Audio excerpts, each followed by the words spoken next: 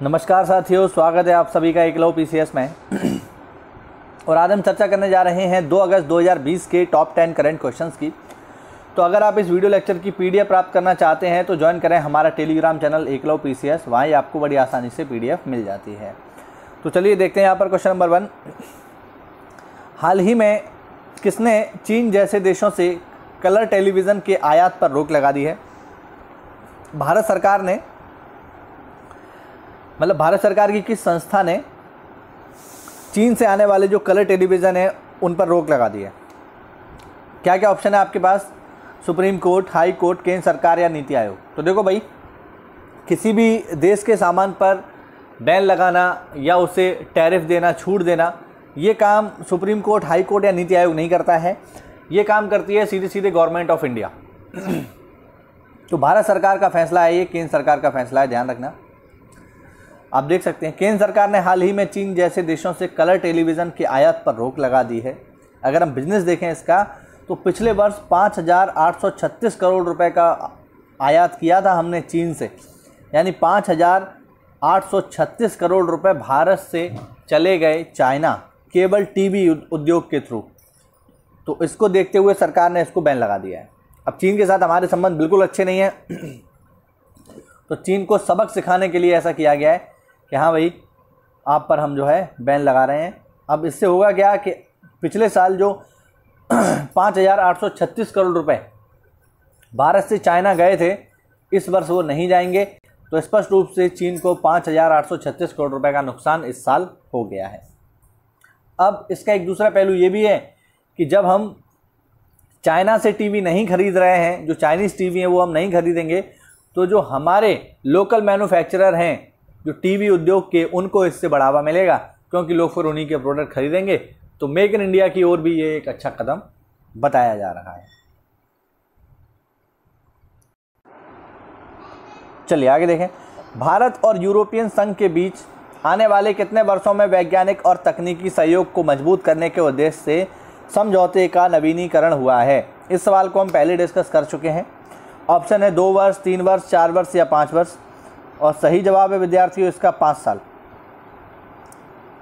ठीक, आप देख सकते हैं व्याख्या में, भारत और यूरोपियन संघ के बीच आने वाले 5 वर्षों में वैज्ञानिक और तकनीकी सहयोग को मजबूत करने के उद्देश्य से समझौते का नवीनीकरण हुआ है। समझौते पर शुरू में 23 नवंबर 2001 में हस्ताक्षर किया गया था। इसका नवीनीकरण बाद में 2007 और 2015 में किया गया था। तो अब हमने फिर से इसका नवीनीकरण कर दिया है 2025 तक। और इसमें हम भारत और यूरोपियन यूनियन के बीच जो भी साइंटिफिक और जो टेक्निकल जो रिसर्च चल रही है उसका आदान प्रदान आपस में कर पाएंगे। चलिए बढ़ते अगले प्रश्न की ओर। ऊर्जा मंत्री आर.के. सिंह ने हाल ही में कितने मेगावाट क्षमता की पवन ऊर्जा परियोजना देश को समर्पित की है? ऑप्शन 200 मेगावाट, 400 मेगावाट, 600 मेगावाट या 800 मेगावाट। सही जवाब है विद्यार्थियों इसका 800 मेगावाट।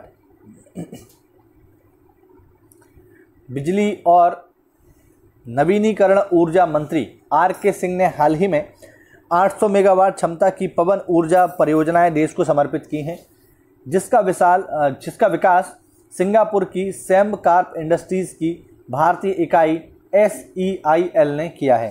तो 800 मेगावाट की पवन ऊर्जा परियोजनाएं भारत के जो ऊर्जा मंत्री हैं उन्होंने देश को समर्पित कर दी है। ठीक है, चलिए आगे देखें। इनमें से किस कांग्रेस कमेटी ने महात्मा गांधी और मार्टिन लूथर किंग जूनियर की विरासत को बढ़ावा देने के लिए बिल पास किया है? ऑप्शन है भारतीय राष्ट्रीय कांग्रेस, अमेरिकी Congress committee, Australia Congress committee या जापानी कांग्रेस कमेटी। तो ये जो है अमेरिकी कांग्रेस कमेटी ने ऐसा किया है। ठीक, अमेरिकी कांग्रेस कमेटी ने महात्मा गांधी और मार्टिन लूथर किंग जूनियर की विरासत को बढ़ावा देने के लिए बिल पास किया है। भारतीय अमेरिकी सांसद अमी बेरा द्वारा अनुमोदित गांधी किंग एक्सचेंज एक्ट को सदन की विदेश मामलों की समिति ने पारित कर दिया है। चलिए आगे देखें। 1 अगस्त से 7 अगस्त के बीच विश्व भर में कौन सा सप्ताह मनाया जाता है? ऑप्शन है विश्व विजय सप्ताह, विश्व महिला सहयोग सप्ताह, विश्व स्तनपान सप्ताह, या इनमें से कोई नहीं। सही जवाब है इसका विश्व स्तनपान सप्ताह।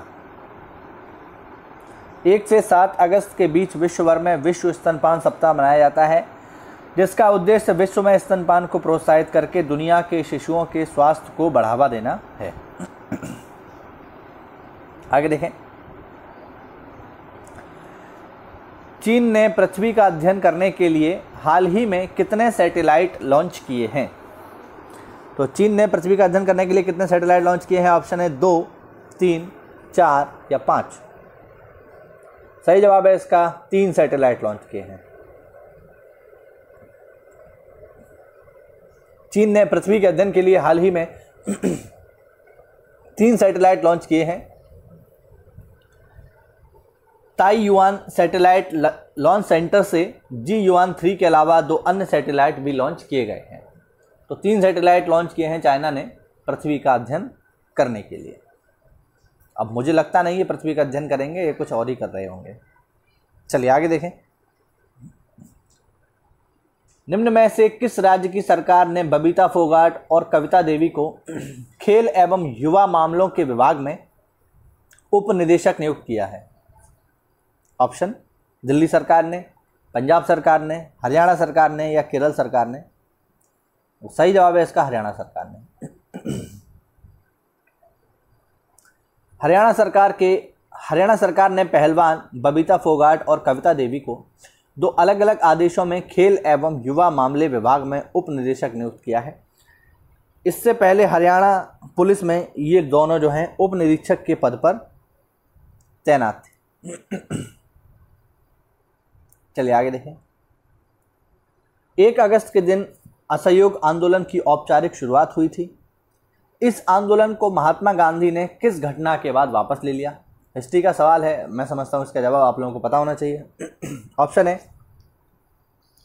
सैंडर्स हत्याकांड के बाद, जलियांवाला बाग नरसंहार के बाद, चौरी चौरा वारदात के बाद, या खिलाफत आंदोलन में शामिल होने पर। तो सही जवाब है इसका हम सबको पता है कि असहयोग आंदोलन को क्यों वापस ले लिया गया था, क्योंकि चौरी चौरा हत्याकांड हो गया था। ठीक है, 5 फरवरी 1922 को 5 फरवरी 1922 को चौरी चौरा हत्याकांड हुआ और 5 फरवरी को होने के बाद, और इस हत्याकांड में विद्यार्थियों 22 पुलिसकर्मियों को जला करके मार दिया गया था चौरी चौरा नामक गांव में, जो कि गोरखपुर के निकट पड़ता है उत्तर प्रदेश में। इससे क्षुब्ध होकर गांधी जी ने 12 फरवरी 1922 को असहयोग आंदोलन वापस ले लिया था। पेपर में वैसे भी पूछा जाता है ये कि इसको कब वापस ले लिया गया था, किस घटना की वजह से वापस ले लिया गया था। तो इसको वापस ले लिया गया था चौरी चौरा घटना के बाद। चौरी चौरा घटना कब हुई है? 5 फरवरी 1922 को, और गांधी जी ने 12 फरवरी 1922 को इसको वापस ले लिया। आगे देखें, हाल ही में किस राज्य ने 8 जनपदों में 240 प्रजाति के पौधे रोपकर विश्व रिकॉर्ड बनाया है? वर्ल्ड रिकॉर्ड बना दिया है किस सरकार ने? ऑप्शन है उत्तराखंड ने, राजस्थान ने, उत्तर प्रदेश ने, महाराष्ट्र ने। सही जवाब है इसका यूपी ने। तो यूपी में देखो भाई, इस प्रकार के रिकॉर्ड बनते रहते हैं। इससे पहले की अखिलेश यादव सरकार ने भी एक रिकॉर्ड बनाया था।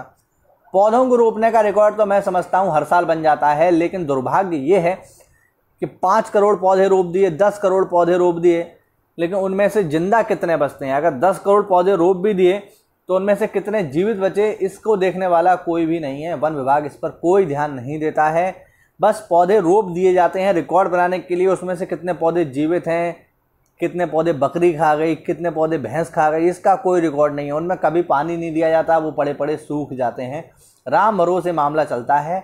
एक बार पौधे रोप दिए, अब बारिश हो गई तो पानी मिल जाएगा, और बारिश नहीं हुई तो पानी नहीं मिलेगा, पौधा वहीं मर जाएगा।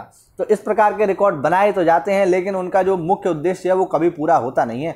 तो ये चिंताजनक बात है कि सरकार अगर कोई पौधे रोप रही है या वृक्षारोपण कर रही है तो उनका ध्यान भी रखे। 5 करोड़ में से अगर 2.5 करोड़ भी या 3 करोड़ पौधे भी जो है जीवित बच गए तो फिर बहुत हरियाली हो जाएगी यूपी में, लेकिन ऐसा होता नहीं है। ये बस कागजी कार्रवाई है, बस वर्ल्ड रिकॉर्ड ही बनता रहता है, जो होना चाहिए वो कभी नहीं होता। चलिए आगे देखें। हाल ही में सुभाष चंद्र बोस आपदा प्रबंधन पुरस्कार सुर्खियों में रहा। इस पुरस्कार के संबंध में कौन सा कथन सत्य है? ऑप्शन देखें यहाँ पर। इसकी स्थापना 2017 में हुई थी। दूसरा ऑप्शन, व्यक्तिगत श्रेणी में पुरस्कार की राशि 51 लाख है। तीसरा ऑप्शन, 2020 में व्यक्तिगत श्रेणी का पुरस्कार कुमार मुन्नन सिंह को प्रदान किया गया था। चौथा ऑप्शन, ये सभी सत्य हैं। सुभाष चंद्र बोस आपदा प्रबंधन पुरस्कार के बारे में ये कथन है। अब देखो कौन कौन सत्य है। तो इसकी स्थापना 2017 में हुई थी, बिल्कुल नहीं। इसकी स्थापना हुई थी 2019 में। व्यक्तिगत श्रेणी में पुरस्कार की राशि 51 लाख है, नहीं। व्यक्तिगत श्रेणी में पुरस्कार की राशि केवल 5 लाख है। अगर किसी संस्था को ये पुरस्कार मिलता है तब ये राशि 51 लाख है। किसी संस्था को मिलता है तो व्यक्तिगत श्रेणी में इस पुरस्कार की राशि केवल 5 लाख है। 2020 में व्यक्तिगत श्रेणी का पुरस्कार मुन्नन सिंह को प्रदान किया गया है, तो हाँ जी बिल्कुल, ये मुन्नन सिंह को प्रदान किया गया है। तो अगर हम इसके अनुसार चलेंगे तो पहला ऑप्शन गलत हो जाएगा, दूसरा भी गलत हो जाएगा, केवल तीसरा सही है। यही इसका जवाब भी आप देख सकते हैं। आपदा प्रबंधन के क्षेत्र में उत्कृष्टता से जुड़े सुभाष चंद्र बोस आपदा प्रबंधन पुरस्कार के लिए केंद्र सरकार ने नामांकन आमंत्रित किए हैं। यह वार्षिक पुरस्कार हर साल 23 जनवरी को नेताजी सुभाष चंद्र बोस की जयंती पर घोषित किए जाते हैं। तो ये थे विद्यार्थियों हमारे टॉप 10 करंट क्वेश्चन जो कि जुड़े हुए थे 2 अगस्त से। उम्मीद करता हूँ वीडियो में आपको कोई नई जानकारी मिली होगी। तो ऐसा है तो वीडियो को लाइक करें, चैनल को सब्सक्राइब करें। मिलते हैं अगली क्लास में, तब तक के लिए स्टे होम स्टे सेफ। जय हिंद, जय भारत।